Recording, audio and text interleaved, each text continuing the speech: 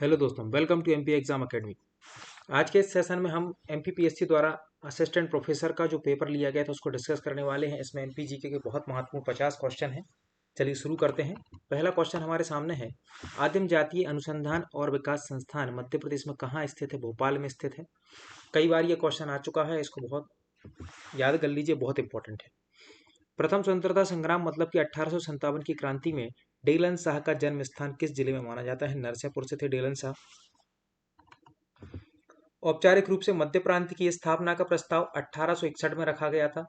ये वाला क्वेश्चन भी याद रखें, इंपॉर्टेंट है। मध्य प्रदेश में सर्वाधिक साक्षरता वाले जिले अवरोही क्रम में तो जबलपुर, इंदौर और भोपाल इसका आंसर हो जाएगा। 2011 की जनगणना की डाटा रिवाइज कर लें, बहुत इंपॉर्टेंट है आपके एग्जाम के लिए। बाण सागर परियोजना किन राज्यों की भागीदारी है? एमपी, यूपी और बिहार की भागीदारी है बाण सागर परियोजना में, इसको याद रखें। अनुसूचित जाति जनजाति अधिनियम 1989 के तहत विशेष न्यायालय की स्थापना धारा 14 के तहत की गई है। ये वाला क्वेश्चन 2-3 बार आयोग ने पूछ लिया है जब से ये एक्ट शामिल हुए हैं। मध्य प्रदेश में अनुसूचित जनजाति आयोग का गठन 1995-96 में किया गया था। मध्य प्रदेश में सीतल पानी, गिधरी, धौरला, जट्टा ये जो खदानें हैं ये सारी की सारी तांबा की खदानें हैं। तांबे के बर्तन में पानी पीना, ऐसे आप याद रख सकते हो, शीतल पानी। मध्य प्रदेश में कौन से वन सर्वाधिक पाए जाते हैं? उष्ण कटिबंधीय शुष्क पतझड़ वन मध्य प्रदेश में सबसे ज्यादा पाए जाते हैं। एसडीजी इंडिया इंडेक्स 2023-24 के अनुसार मध्य प्रदेश ने किस एसडीजी में सबसे अच्छा प्रदर्शन किया? जिम्मेदारी पूर्ण उपभोग और उत्पादन, जो कि 12वें नंबर का एसडीजी है, इसमें सबसे अच्छा प्रदर्शन किया है। लमझाना क्या है या लमझेना क्या है? तो ये एक विवाह का एक प्रकार है, इसको याद रखें। किस जनजातीय योद्धा को कविता लिखने के कारण ब्रिटिश सरकार द्वारा मृत्युदंड की सजा दी गई? वह थे शंकर शाह। इन्होंने, ठीक, इनको और इनके पुत्र जो रघुनाथ शाह थे, तोप से उड़ा दिया गया था 1857 में, तो इन्होंने कविता लिखी थी। आर्थिक सर्वेक्षण 2024-25 के अनुसार मध्य प्रदेश में 23-24 में प्रति व्यक्ति दूध की औसत उपलब्धता लगभग 652 ग्राम है। कई बार मैंने क्लास में इसको पढ़ाया है, आप 9 बजे वाली क्लास जरूर देखें। डेली 9 बजे से क्लास होती है जिसमें ये सब बताया जाता है।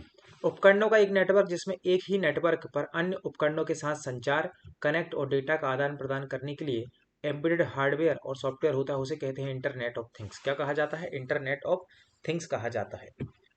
1942 में जब ब्रिटिश सरकार प्रजामंडल के सदस्यों की गिरफ्तारी कर रही थी, तब इंदौर के सराफा बाजार में किस स्वतंत्रता संग्राम सेनानी द्वारा हनुमान सत्याग्रह किया गया था?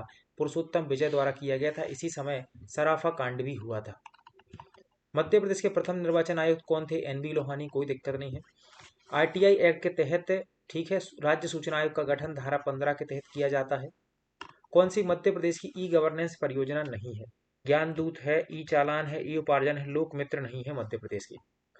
गोंडों का छोटा भाई स्वयं को कौन कहते हैं? भारिया जनजाति कहती है। राष्ट्रीय अल्पसंख्यक आयोग अधिनियम 1992 में लाया गया। कब लाया गया? 1992 में। नीति आयोग के एसडीजी इंडिया इंडेक्स 2023-24 के अनुसार मध्य प्रदेश ने बहुआयामी में क्या प्रगति की है?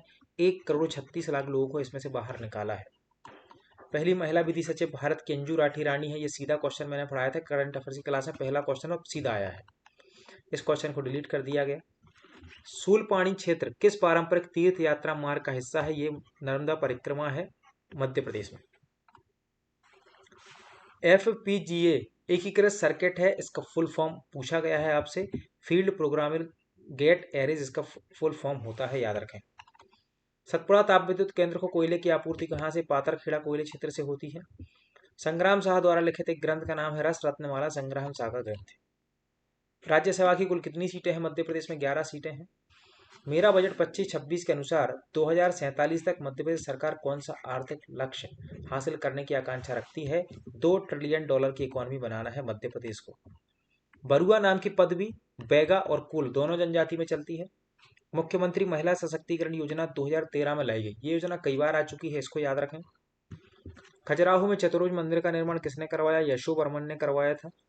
कर्क रेखा मध्य प्रदेश के 14 जिलों से होकर गुजरती है। इसमें पूछा गया है कहाँ से नहीं गुजरती है, तो इंदौर से नहीं गुजरती है। सोयाबीन की खेती सबसे पहले मध्य प्रदेश में देवास में 1962 में प्रारंभ हुई थी। किसका उपयोग सुरक्षित वेबसाइट के लिए किया जाता है? Hyper text transfer protocol secure, S मतलब सिक्योर होता है, इसका यूज किया जाता है। मध्य प्रदेश के किस भाग में वर्षा की परिवर्तनशीलता अधिक पाई जाती है, उत्तर पश्चिम भाग में पाई जाती है।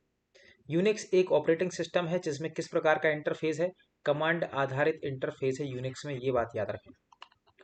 जनगणना 2011 के अनुसार मध्य प्रदेश किस जिले में सबसे ज्यादा ग्रामीण जनसंख्या है, रीवा में सबसे ज्यादा ग्रामीण जनसंख्या है, कोई दिक्कत की बात नहीं। नाबदा टोली जो एक ताम्र पाषाण कालीन स्थल है, इसका उत्खनन HD सांकलिया ने करवाया था। बीजागढ़ की पहाड़ियां कहाँ है, पश्चिमी सतपुड़ा का भाग है बीजागढ़ की पहाड़ियां। कौन सा, ठीक, पंचायतों से संबंधित प्रावधानों को संविधान में 73वें संशोधन द्वारा जोड़ा गया। मध्य प्रदेश के निर्वाचन आयुक्त तो बने जनवरी 2025 में मनोज श्रीवास्तव। पेरिस ओलंपिक 2024 में हॉकी में भारत की पुरुष टीम ने किस देश को हराकर कांस्य जीता था, नीदरलैंड को पराजित किया था।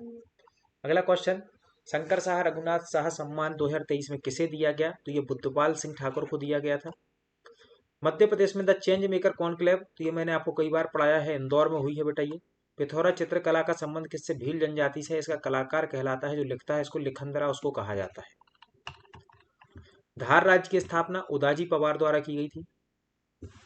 अबुल फजल ने आईने अकबरी में किस रियासत का वर्णन किया है जिसमें कहा गया है कि यह रियासत इतनी समृद्धशाली थी कि प्रजा लगान की अदायगी स्वर्ण मुद्राओं और हाथियों में करती थी, तो ये गोंडवाना की बात है। साहित्य का नोबेल 2024 किसको दिया गया था, हांगकांग को दिया गया था, इनका नाम हांगकांग है, ये देश मत समझ लेना। मनुआ वाहन की टेकरी ये कहाँ स्थित है, तो ये बेटा ये भोपाल में स्थित है, याद रखें। चलिए, तो ये हमारे 50 क्वेश्चन थे जो असिस्टेंट प्रोफेसर एग्जाम में पूछे गए फेज 1 में। फेज 2 का 2 वाला जो पेपर है, 2 का जो पेपर है उसको भी हम डिस्कस करेंगे। चैनल को सब्सक्राइब करें, लाइक करें, शेयर कमेंट करना ना भूलें। मिलते हैं अगले लेक्चर में, धन्यवाद।